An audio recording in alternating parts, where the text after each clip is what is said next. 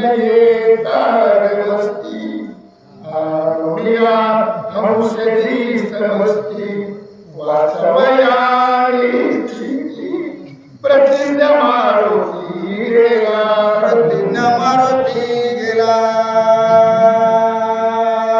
राजा रावण म्हणू लागलेला एक कारणाने अरे सूर्याचा उदय होण्याच्या अगोदर जर का तू तिथे गेलास हनुमंताला तू अडवलास हनुमंताला विघ्न केलेस आणि विघ्न करून हनुमंतराय रोखला गेलास आणि सूर्योदय झाला की लक्ष्मण निश्चित मरणार आहे अरे तू बाबा लवकर जा एवढं कार्य कर विनंती राजा रावण काळेने विना करू लागले काय औषधी आणून हाताची उठेल लक्ष्मण मग त्याची झुंजल कोण राम लक्ष्मण आतुरबळे राम लक्ष्मण आतुरबळे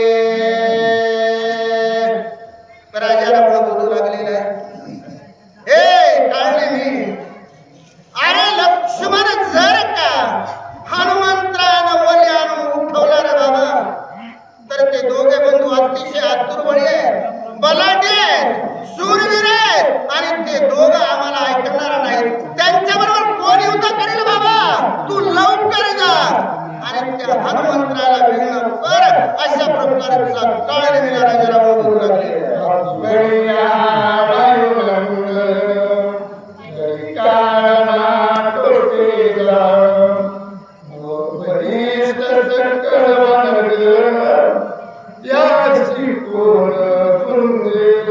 राजा रावण काळ नेला पुन्हा पुन्हा सांगू लागलेले अरे अतिशय बलवान अशा प्रकारचे तो हनुमंत आहे अहो शत्रू आहे पण शत्रूवर सुद्धा विश्वास राजा रावणाचा आहे कारण का राजा रावणाच्या मनामध्ये शत्रूच्या बद्दल सुद्धा भावना निर्माण झालेली का कारण त्याचं कार्य तशा पद्धतीचं आहे आणि कार्य जर तशा पद्धतीचं असेल तर समोरच्यावर विश्वास शत्रूचा सुद्धा बसतो अशी अवस्था राजा रावणाची झालेली आहे राजा रावणानं सांगितलं बाबा तू जर आला वली आणली लक्ष्मण उठला अरे त्यांच्याबरोबर लढायला कोणी सुद्धा आपल्याकडे ताकद नाहीये आणि कोणी सुद्धा लढाई करणार नाहीये आतुरबळी अशा प्रकारचं ते वानर आहे हनुमंतराला आता कोणी अडवणार नाही काळने तुझंच काम आहे बाबा अशा प्रकारचा राजा रावण काळनेला विनंती करू लागलेला आहे केरुण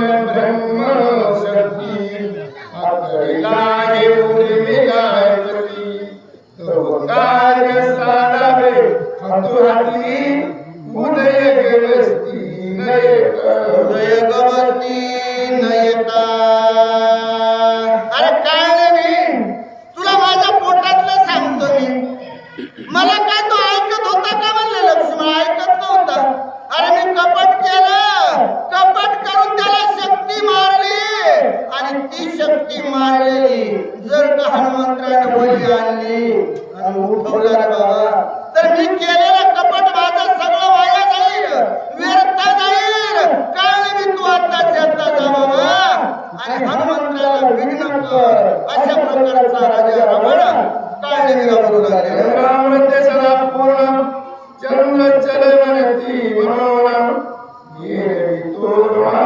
कृणानिधान नभमधिधान विख्यात नभमधी अरे राजा रावण बोलू लागलेला पूर्वी त्याला ज्या वेळेस चंद्राचं अमृत पडल्यानंतर त्या चंद्राचा असणारा जो आहे तो पर्वत त्याला आता काय म्हणतात म्हणले द्रोणागिरी आणि त्याच्या ठिकाणी जे ठिकाण आहे त्या ठिकाणी जायचे बाबा तुला तिथं हनुमंतराय गेलेला आहे आणि हनुमंतराय तिथं गेल्यानंतर ती वल्ली घेऊन येणार आहे म्हणून तुला तिथं जायचे आणि लवकर जाऊन त्याला अडथळा करायचे बाबा काळनेला पुन्हा तुला विनंती कोण निरुपाले चंद्रामृत अमृत संजीवनी त्यासी म्हणत औषधी ऐसंत वर पर्वत समस्ती वर्तते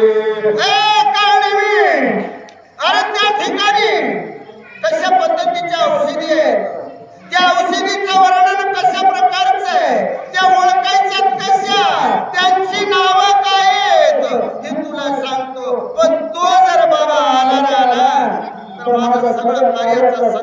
झाला. एवढं कपट केलंय, कपट करून मी त्या लक्ष्मणाला शक्ती मारली. हे सगळं वाया जाईल रे. तू आत्ताच्या आता लवकर जा. तुला पुन्हा पुन्हा विनंती करतो. काळ्या नेमीला राजा रावण बोलू लागले. तेथे कपिनंदन बहु माया करुणी आपण यासी करावे विघ्न सूर्योदय जावे होय. सूर्य उदय जोपर्यंत होणार नाहीये तोपर्यंत काळनेमी तू काय करायचे? अनेक प्रकारचं कपट करायचे, माया करायची आणि त्या मायेमध्ये हनुमंत्राला गुंतवून ठेवायचे. कारण सूर्योदय झाला आणि सूर्योदय झाल्यानंतर ब्रह्मदेवाची जी शक्ती आहे त्या शक्तीने लक्ष्मण निश्चित मारणार आहे. मग एवढं कार्य कर, काही कर बाबा, पण त्या हनुमंत्राला तिथं अडकवून ठेव.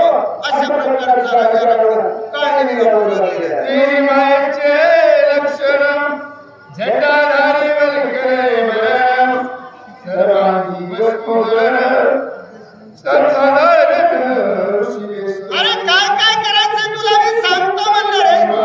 तिथं गेल्यानंतर मायावी रूप धरायचे. आता तुला मायावी रूप धरायची सांगायची गरज नाही, कारण त्यातला तू मायावी कपटीच आहे. पण तिथं जायचं, जटा वाढवायच्या, अंगाला भस्म लावायचं आणि अशा प्रकारचं तपस्याचं रूप धारण करायचं. रूप धारण करून तिथं त्या हनुमंत्राला आपल्याशी करायचंय बाबा. अशा प्रकारचं कार्य कर. राजा रावण